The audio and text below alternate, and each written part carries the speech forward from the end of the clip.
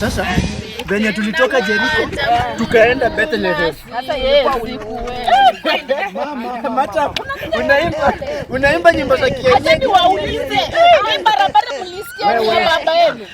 Quiet your mouth because she's spoken. Hii barabara kwanza ni baba yenu. Badala mwende mseme kando mjipiga mama katikati ya barabara.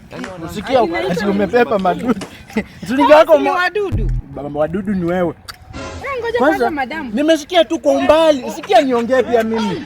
Nimesikia kwa umbali unaimba wimbo ya Mungu ati ameeleza maajabu nami siwezi kutenda. Je, umebeba uovu? Wote venye chakula traditional food. The delicacies of the romantic couple. Unamaanisha hizi vitu watu wanakula. Traditional food.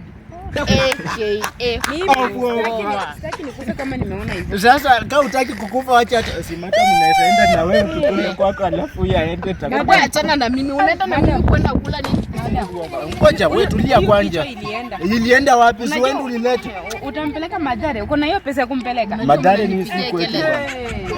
Acha kunishika kwanza mwenyewe. Nimeacha. Nimeacha sunana hata sijakushika. Ametenda maajabu.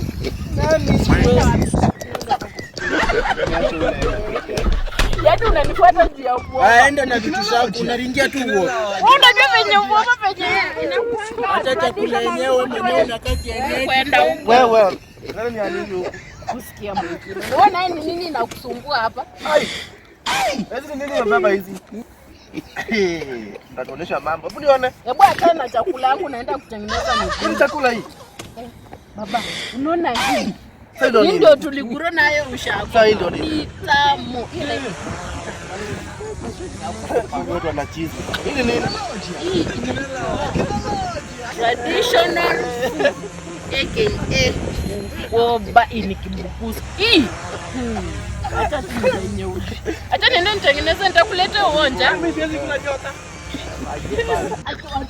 Anakuanga mafala. Hadi hamtaki hivi chakula venye ni tamu.